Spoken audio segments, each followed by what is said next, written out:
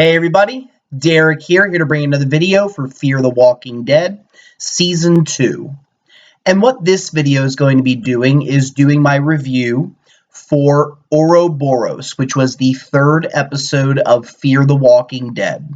If you are not caught up with Fear the Walking Dead and you do not want to be spoiled, then I would exit the video now, because otherwise you will be spoiled. Okay. So my overall thoughts on the episode, I thought it was pretty decent. I really think that Fear the Walking Dead is continuing to get better as time goes on. Maybe other people disagree, but I personally thought that this one was pretty good. I like how it really showed the problems that are still within the group. I liked how it presented that storyline for Chris and really throwing him into what the realities of the zombie apocalypse are. I thought that was pretty good. And, I really felt the ending was very good as well. I'm kind of curious to see what's going to happen as a result of Strand's actions and what it's going to mean for the group down the road. So lots of questions, but I really thought it was a good one. So the episode starts with Flight 462. After it crashes, people are, wondering, well, what happened? And Charlie, now, what's interesting is the female Asian character that was introduced on Flight 462, people have been calling her Charlie. Now, I don't know whether that was just a casting call that was given to her or not, but it looks like her real name is Alex. So they started calling her Alex in this episode, but it turns out that she survived the plane crash, as many of us thought, and as many of us saw in the trailer. And the young man that was texting his mother, Jake, he also survived, along with a couple of other survivors as well. There were about 3 other male passengers that had made it onto the raft, but one was bitten. One of the guys was a little more, aggressive, assertive, and, was not willing to take a chance. And he literally beat that guy to death with the oar and threw him overboard. Later, this same man tried to kill Jake, because Jake, as we saw in the trailer, he's really not in good shape. He's got burns all over his body, cuts. He's in really, really bad shape. And, they really think there's nothing more they can do with him. They just need to take care of him. But Alex refuses to let anything happen, and she ends up stabbing the man to death whenever he tries to kill Jake in the middle of the night. So there's 3 of them left, Alex, Jake, and this other guy who's wearing a blue shirt. And, they're wondering what's going to happen, pondering their future. The man also tells Alex, that she needs to be ready for the worst, that Jake could die, and she needs to be ready to take action. So we're left wondering, well, what happened with them? And we do find out as the episode goes on. But when the episode starts with our regular group, we find that the boat is stuck. Something happened. It's not running properly. And Travis ends up going down and looks, I think, at a filter. And it turns out there's something caught in there. And it's the middle of the night. And he decides, well, we need to go underneath the boat and see what's blocking it up. So he ends up going under there, and he finds out that there's a body, that the arm got caught in some kind of filter. I think I'm not familiar with boats, but basically the body was stuck. And it turns out that this was the guy in the blue shirt, the third person that was on the raft. Somehow, some way, something happened to him. We don't know what. But he is dead.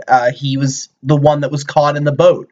Whether he jumped overboard, tried to swim, and drowned, or if he got bit by a walker, or if maybe Alex killed him. We don't know. Because the guy did say, while he was on the raft, that he didn't want to be out on the water much longer. So my guess is that maybe he tried to swim overboard and, try to get to land quicker and just fell exhausted and drowned. That's my assumption, but we may never know. But that was who was blocking up the boat. So they're dealing with that situation. And while they're doing that, they're going across the shore, and they see other debris from the plane crash of Flight 462. Some of it ended up in the water, some of it ended up right on the shore. So they decide that they need to go to the shore in order to get supplies because they're running low on supplies. And for Daniel Salazar, this is extremely important for him because it turns out that Ophelia's gunshot wound, which many of us were very concerned about, has gotten infected. It has gotten somewhat worse. She's not really necessarily in any danger yet, but if she doesn't get antibiotics soon, it's going to get worse. And Salazar basically, he tells her again, like, look, we don't tell the other group members. We need to figure this out on our own. We're going to go get help. So the four of them, it was Nick, Alicia, Chris, and Daniel Salazar, go onto the shore in order to gather supplies for the boat, for living, and as well for Ophelia. Daniel Salazar intends on finding those drugs for his daughter. And while they're on the shore taking care of things, back on the boat, Madison confronts Strand about his destination because Daniel Salazar kind of hinted at Madison that he found out exactly where they were going, but he didn't want to explore it anymore because he didn't think he was going to get anything out of Strand based on the two of them's relationship. So Madison decides to, interrogate Strand. She wants to find out exactly what's going on. And it turns out that they are going to Baja, which is part of Mexico. It's that little piece of land that kind of connects off of California. But that's where they're going, apparently. And Strand claims that there's this fortified place that he knows about, maybe owns, and that it's there, he claims, and that he's going to go there and he wants to take them with him so that they can, hole up until either this thing's all over or until, or they can make it a home. I still don't think that that's the entire truth. I wouldn't doubt that maybe there is a place, but I think there's more to the story. I don't think we found everything out yet. He kind of gave us a little bit of a half explanation, in my opinion. So I think there's more to discover, and I think there is more behind the story. But that's the answer they get. And Madison decides, well, what other way are we going to be able to survive? We may as well give this a shot because everywhere else in the world is pretty much falling. At least here we have a solution. And she tries to talk to Travis about it, but Travis isn't so supportive. He's very concerned about trusting Strand about the possibilities of there actually being this home. So he's a little skeptical. And he really wants to get Madison and Travis, he wants them to be on the same page. He wants them to be able to make decisions together so that way they can do something for the best of the group. So we see that going on in the episode as well. Now, the big thing that really happened in this episode, and I'm going to tell you, I am really enjoying Chris's character and his progression. And man, was he thrown into the midst of the terrible things that the zombie apocalypse has to offer. Because Chris ends up breaking off from the group, and he goes to this big part of the fuselage, and he finds a man inside, as well as some walkers, and he does kill a walker with one of those air masks over his face. And there was this guy that was passed out. He thought maybe he was dead, but no, the guy wakes up and asks for help, and Chris is like, oh my gosh, like, what's going on? What am I going to do? So Chris ends up pulling the man out of the seat, but it turns out that this guy has way too many injuries. He ends up on the ground, after pulling the guy off of the seat. And it turns out that something's happened with this man's spinal cord. I mean, I think the injury was really that part of the spinal cord was hanging out of the guy's body, and then I think he had been impaled at some point as well. So this man was obviously not going to make it without, good medical care, and well, you're not going to have that in the zombie apocalypse. And he asks for Chris's help, and Chris realizes, oh my gosh, this guy wants me to put him out of his misery, kill him. And Chris struggles with this, doesn't want to do it, but then finally ends up going through with it, and he does end up killing the man. He doesn't have a gun, sadly, and he's been using this makeshift, I think it was like a piece of the fuselage or something of the plane, and basically beat the guy's head in with that piece of metal. Didn't kill him right away, though. Like, it took about 5 or 6 shots, so how much the man felt, we don't know, but Chris is absolutely mortified by what he had to do. And Alicia later happens upon him and asks what's going on, and Chris is just, in a sense, hysterical. He's like, I didn't do it. I don't know. He's like, he can't even bring himself to really express what happened. So we've been seeing Chris really struggling to really deal with the things of the apocalypse as well as his mother's death. And in a sense, sometimes he's been taking out his anger on the walkers, but actually having to kill a person, I think is really, shaking him up. And I think it's really going to affect him as we go down the road.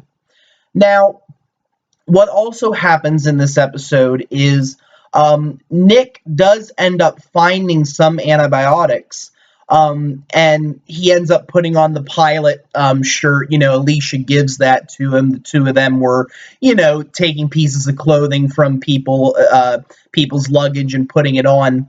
And Nick ends up finding this disgusting walker that was stuck in a pit in the beach.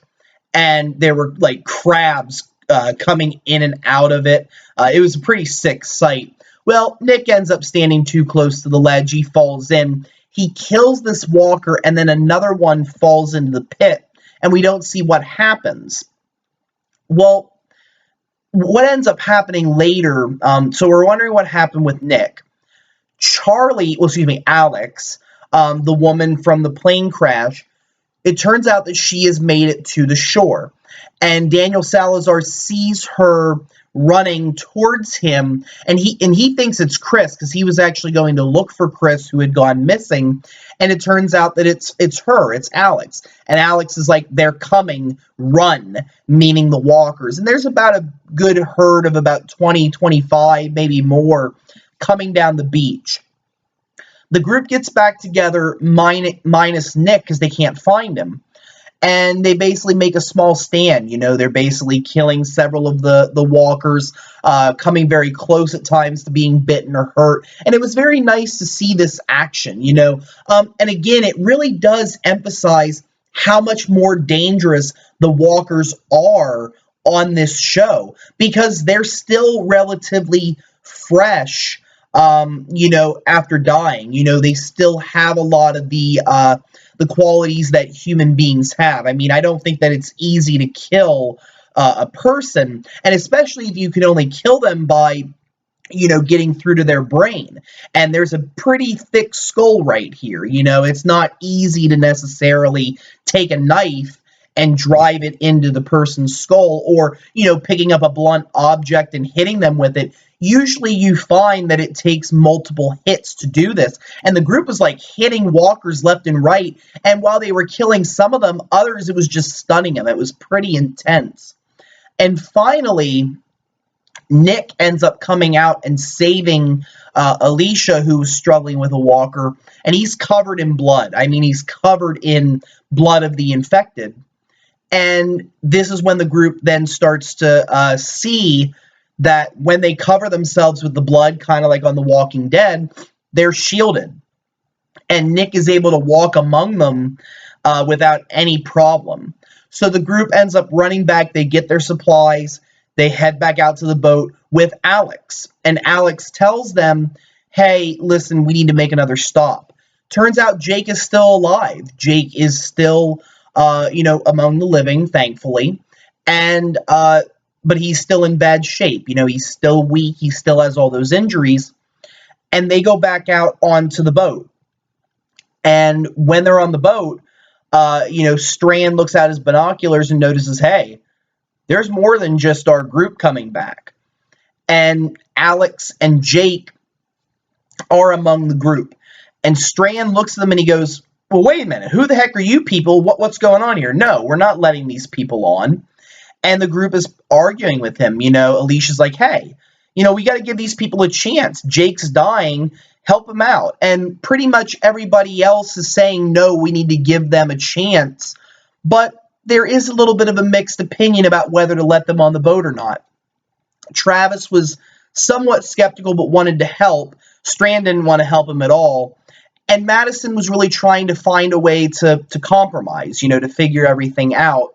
And the group ends up figuring out what they're going to do. They basically tell each other what Strand's what Strand's plan is to go to Baja. So the group ends up following along with him, and they agree to the plan. They say, all right, well, we'll follow along with the plan. And when it comes to Alex and Jake, what they decide to do is they decide to tie the raft to the yacht to give them a tow, in a sense, to at least give them a chance, but not bring them on the boat. Strand's still not okay with this, but the rest of the group basically said, look, this is what we're doing. We're not leaving these people behind. We're not doing that. We're going to help them out. Well, when the end of the episode comes, Strand picks up a machete, walks down there, and cuts the rope, basically cutting them loose. Madison standing there is upset by this, somewhat protests, but to no avail. Strand still cuts them loose. So the episode just ends like that. Strand cutting the rope and the raft with Alex and Jake just floating in the water. So what's going to happen to them? I mean, we don't know. Maybe the group jumps into action, saves them, brings them on, and says, screw you, Strand, what are you doing? You don't get to make those calls. This is the way it's going to be. To heck with you. Or maybe they're going to float away. We did hear that one of them was going to join the group. Whether they changed their mind, whether that was just, hey, they joined, but it didn't mean permanent. It's hard to say. But hopefully we at least find out either in the next episode or in the future what happens. And I think that it was a pretty good episode. I thought it was very entertaining. And, I think there's really a lot that the show can do from here.